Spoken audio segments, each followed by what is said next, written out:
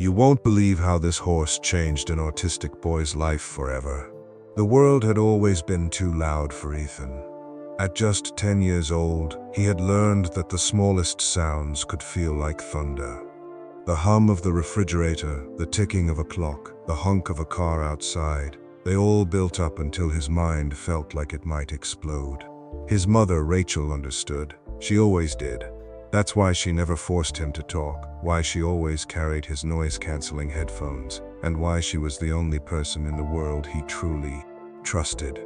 But even Rachel couldn't protect him from everything. The day they left the city was one of the hardest of his life. "Ethan, sweetheart, we're moving to the countryside," Rachel had told him one evening, her voice soft, careful. "It's quieter there. You'll have space, a fresh start." Ethan had stared at her, his stomach twisting. New places meant new sounds, new smells, new people. New was never good. He didn't speak, but Rachel saw the fear in his eyes. She reached for his hand. "I promise I'll be with you." And so they left. The small town of Willow Creek was nothing like the city. Instead of traffic and sirens, there were birds chirping, the rustle of leaves, and the occasional distant bark of a dog. But for Ethan, it was still overwhelming in its own way. The silence felt too big, too empty. Their new house was small but cozy. Rachel had found a job at Whispering Pines Ranch, a horse rescue outside of town. She had always loved animals, and working with them gave her peace. Ethan, however, wasn't sure how he felt about it. He stayed inside most days, drawing in his sketchbook. Horses, mostly. He had never seen one in real life, but he liked their strong bodies and gentle eyes. Something about them made sense to him, in a way people never did. Rachel tried to take him to town a few times. The first time, she took him to the grocery store. The bright lights, the beeping scanners, the murmuring voices. Too much, too much, too much. He had curled into himself, pressing his hands against his ears. Rachel had whispered to him, rubbing his back. "It's okay, sweetheart. Let's go home." And they had. Ethan hated feeling like a problem. He hated seeing the sadness in his mother's eyes. But the world wasn't made for him, and he didn't know how to change that. One evening, after Rachel returned from the ranch, she sat beside Ethan on the couch. "I met a horse today that reminded me of you," she said, brushing a hand over his curls. Ethan didn't look up from his drawing, but he listened. "His name is Orion. He doesn't like people. Won't let anyone near him," she sighed. "He was treated badly before he came to the ranch. He's scared." Ethan frowned slightly. He was scared. Rachel hesitated. "Would you like to see him?" Ethan tensed. The idea of going somewhere new was terrifying, but something about the way she said Orion's name made him curious. After a long pause, he gave a small nod. The next morning, Rachel drove them to the ranch. Ethan gripped his sketchbook tightly as the car bumped along the dirt road. The smell of fresh grass and hay filled the air. A tall, strong-looking man greeted them. He had graying hair and kind eyes. "You must be Ethan," he said warmly. "I'm Daniel. Your mom talks about you all the time." Ethan shrank back behind Rachel. He didn't like when strangers talked to him. Daniel didn't push. He just smiled and gestured toward the wooden fence ahead. "Orion's over there. You can just look if you want." Ethan hesitated, then peeked over the fence. Orion stood at the far end of the enclosure, his black coat shimmering in the sunlight. He was huge, bigger than Ethan had expected, but he didn't look dangerous. He looked alone, like Ethan. The horse flicked his ears, noticing them. His muscles tensed. Ethan stayed perfectly still. He understood that feeling too, the fear of being watched, the instinct to run. He didn't move, didn't make a sound. And then, something strange happened. Instead of shying away, Orion turned to face Ethan directly. Daniel sucked in a breath. "That's odd. He doesn't usually do that." Ethan's heart pounded. Orion was staring at him, his dark eyes calm but intense. Like he saw something in Ethan no one else did. For the first time in months, Ethan felt something other than fear. He felt understood. Ethan returned to the ranch the next day, and the next. He didn't talk. He didn't try to pet Orion. He just sat near the fence, drawing in his sketchbook, humming softly. Orion stayed close. Rachel and Daniel watched in quiet amazement.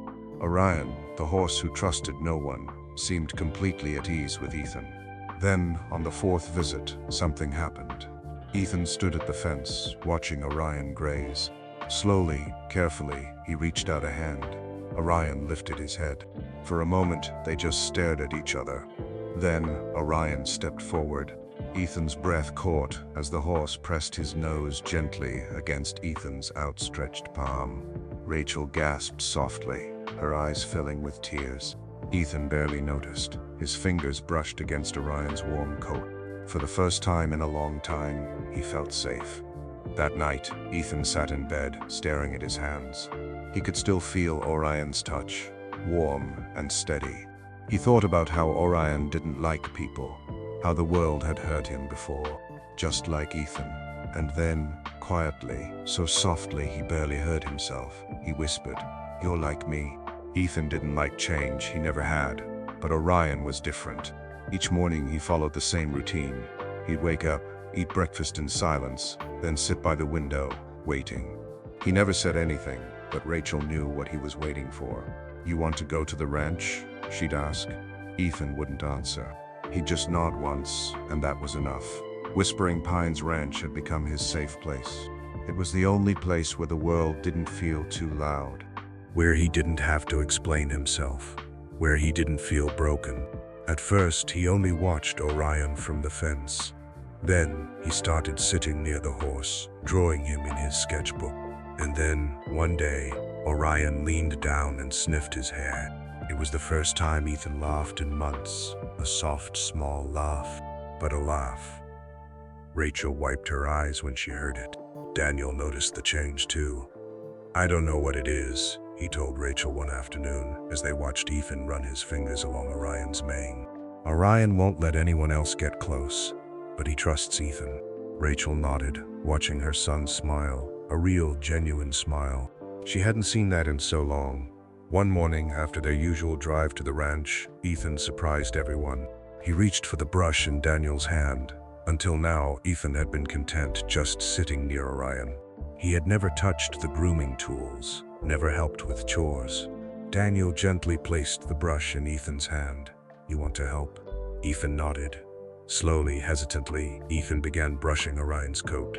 His movements were careful, almost reverent, as if he was afraid of making a mistake. Orion stood perfectly still, as if he understood. Daniel smiled. "That's it, nice and easy." Ethan didn't respond, but he didn't need to. The way he moved, the way he focused on Orion, it was the most engaged he had ever been. Rachel pressed a hand to her chest, feeling like she might cry. Her son, who once couldn't stand loud noises, was now brushing a 1,200-pound animal without fear. Something was changing. One afternoon after Ethan finished brushing Orion, he sat down by the fence, drawing in his sketchbook. Daniel knelt beside him. "Do you know why Orion is here?" Ethan looked up, curious. Daniel sighed, running a hand through his graying hair. "He was rescued from a racing stable. He was trained too hard, too young. They pushed him until he broke." Ethan's fingers curled around his pencil. "He used to be scared of people," Daniel continued. "Wouldn't let anyone near him. It took a long time before he trusted me." Ethan looked at Orion, then at Daniel. He knew what it felt like to be scared, to not trust the world. Slowly he whispered, "Me too." Daniel's eyes widened. Rachel gasped, covering her mouth. It was the first time Ethan had spoken more than one word to someone other than her in over a year. Daniel swallowed hard, his voice gentle. "Yeah, buddy. I know." For the first time, Ethan felt like someone truly understood. Rachel had been watching Ethan thrive at the ranch, but something about Daniel seemed different. One afternoon, after Ethan had finished his session with Orion, Rachel found Daniel sitting on the porch, staring at a stack of papers. His face was tight with worry. "Daniel," she asked, sitting beside him. "What's wrong?" he sighed. "The ranch is in trouble." Rachel's stomach dropped. "We're behind on payments," he admitted. "I've tried everything, extra driving lessons, events, but it's not enough. If I can't pay the debt, I'll have to sell some of the horses." Rachel's heart pounded. Including Orion? Daniel hesitated. There's an offer. Rachel's hands clenched into fists. No, it's from a big training facility. They think they can make him into a competition horse again. Rachel shook her head. You know he can't handle that. I know. Daniel's voice was tight. But if I don't sell him, I could lose the whole ranch. Rachel felt like she was going to be sick. Asterisk, how would she tell Ethan? Rachel didn't tell Ethan right away. She wasn't sure how. But Ethan overheard. One evening, he was sketching in the living room when he heard Rachel talking on the phone. They want to buy Orion, she whispered. Daniel doesn't have a choice. Ethan froze. The room started spinning. His chest tightened. His ears rang. Orion, gone. No, no, no, no, no, no, no. Rachel turned when she heard the small, broken whimper escape his lips. She dropped the phone. Ethan. His breathing came in sharp gasps. He pressed his hands against his ears, rocking back and forth. The world was too loud again. Rachel wrapped her arms around him, whispering, "It's okay. You're safe. I've got you."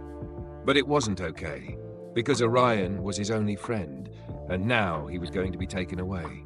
Ethan didn't sleep that night. He didn't speak the next morning. But when Rachel drove him to the ranch, he walked straight past her, straight past Daniel, and straight to Orion's stall. He pulled out his sketchbook, and he started drawing. He drew Orion's eyes, the way they looked at him like he was important.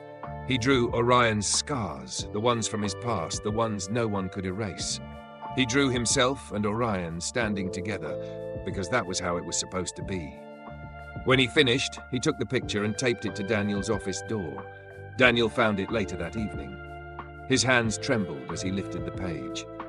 At the bottom, in small, careful letters, Ethan had written 3 simple words: "Please save him." Daniel felt his throat close. He had been thinking about numbers, about survival. But now, staring at the drawing, he saw Orion the way Ethan saw him, not as a horse, but as a lifeline. And suddenly, selling him didn't feel like an option anymore. Rachel found Daniel later that night. "We have to stop this," she said. Daniel nodded. "I know." But they needed a plan. Rachel had an idea. "What if we raise money? We could hold an event, show people what Orion does for Ethan, for kids like him." Daniel frowned. "An event?" "Not just an event," Rachel said. "A fundraiser. We make it about equine therapy. We tell Orion's story, Ethan's story." Daniel was quiet for a long moment. Then he nodded. "We call it Orion's Day," he said, "and we give it everything we've got." The next morning, Rachel and Daniel sat at the kitchen table, papers spread between them. Ethan sat nearby, curled up with his sketchbook, pretending not to listen. But Rachel knew better. "We need to move fast," Daniel said, rubbing his temple. "The deadline for the payment is in 2 weeks." Rachel nodded. "The event has to be huge. We need people to care about Orion the way Ethan does." Ethan's pencil paused against the paper. He didn't want people to care. Orion was his, and that should be enough. But even he knew that wasn't how the world worked. Daniel tapped his fingers against the table, thinking, "We'll hold Orion's Day here at the ranch. We can do riding demonstrations, an auction, and maybe some kids' guard activities." Rachel looked at Ethan. "What do you think?" Ethan didn't respond at first. Then, without looking up, he mumbled, "Orion should be the star." Daniel raised an eyebrow. Ethan lifted his sketchbook and turned it around. He had drawn a poster for Orion's Day. Big, bold letters, an outline of Orion standing tall, and the words, "Come meet the horse who saved me." Rachel's throat tightened. Daniel stared at the drawing for a long moment, then smiled. "You know what, kid? That might just work." Rachel spent the next few days calling every local business, newspaper, and social media group she could find. She posted Ethan's drawing online with a message: a silent boy, a broken horse, and a friendship that changed everything. Join us for Orion's Day and help save this incredible horse. The response was overwhelming. The local news station wanted to do a story. Parents with autistic children reached out, sharing their own experiences. Even the mayor sent a message offering to donate supplies for the event. For the first time in a long time, Rachel felt hope, but they still needed money, a lot of it. And time was running out. Ethan should have been excited. Orion's Day was for him, after all. But the idea of so many people, so many strangers, made his stomach twist. the noise, the attention. What if he couldn't handle it? Rachel found him in his room the night before the event, curled under his blankets. She sat beside him. "Are you scared?" Didn't answer. She smoothed his hair. "I know crowds are hard for you, but Orion needs you." Ethan squeezed his eyes shut. That made it worse. If he messed up, if he couldn't handle it, what if Orion got sold because of him? Rachel cupped his face gently. "Listen to me, sweetheart. Orion doesn't need you to be perfect. He just needs you to be there." Ethan peeked at her. "What if I can't talk?" Rachel smiled softly. "Then don't. Just show them what Orion means to you." Ethan swallowed. He could do that. Maybe. The morning of Orion's day was chaos. The ranch was buzzing with volunteers setting up booths, people bringing food, and local artists displaying paintings of horses. Daniel looked around in awe. "I've never seen the ranch this full." Rachel checked her phone. "More than 100 people are here." Ethan stayed by the fence, watching. The energy felt big, but not too big. The barn smelled like fresh hay, warm horses, and the sweetness of caramel apples from the food stands. He could do this. Maybe. The event had been running for an hour when Daniel stepped onto a small wooden stage. He tapped the microphone. "Thank you all for coming," he said. "This ranch has always been a place for second chances, and today we want to share the story of a special boy and an even more special horse." All eyes turned to Ethan. His heart pounded. Rachel knelt beside him. "Just show them." Slowly, Ethan stepped into the arena. A hush fell over the crowd as Orion trotted toward him. Ethan lifted a hand, palm up.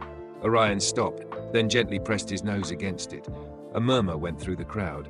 People saw it, the unspoken bond between them. Ethan took a deep breath. Then he did something that shocked everyone.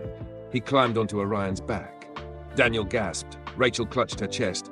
Ethan had never ridden before, but now he sat tall, his hands gripping the reins. Orion moved slowly, carrying him around the arena in smooth, steady steps. The crowd erupted into cheers and applause. Rachel's eyes overflowed with tears. Ethan, who had spent his whole life trapped in fear, was riding without hesitation, and for the first time in years, he smiled in front of people. As the cheers died down, a sleek black car rolled into the ranch. Rachel's stomach dropped. Not now.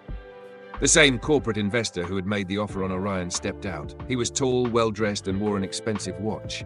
Daniel's face darkened. "What do you want?" The man smirked. "I saw the event online. Impressive. But I'm still offering twice what the horse is worth." Rachel's blood boiled. "Orion isn't for sale." The investor raised an eyebrow. "Are you sure?" He pulled out a checkbook. "You could secure this ranch for years. All you have to do is say yes." Daniel hesitated. Rachel's heart stopped. No, he couldn't. Then a voice cut through the crowd. "He's not yours." The ranch fell silent. Ethan had spoken.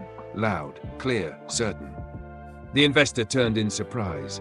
"Excuse me?" Ethan slid off Orion's back and marched up to him. His whole body was shaking, but his voice didn't waver. "He's mine," Ethan said, "and I won't let you take him." Rachel covered her mouth, sobbing. The investor blinked.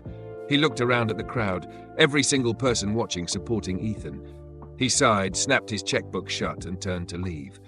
"Your loss," he muttered. Daniel grinned. "You have no idea." As the car disappeared down the road, the crowd erupted into cheers again.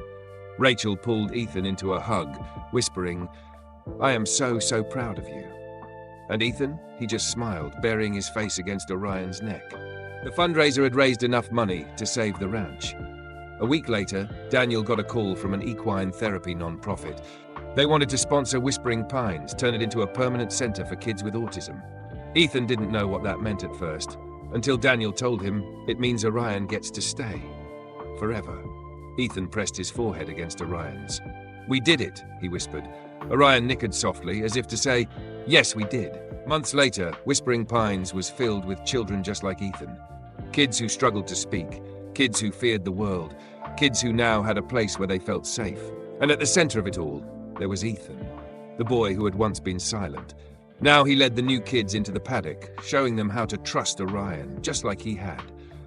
And one evening, as the sun dipped below the hills, Rachel heard him whisper to Orion once more, "Thank you for saving me." Orion flicked his ears, snorting softly. No words were needed. They understood each other. Always.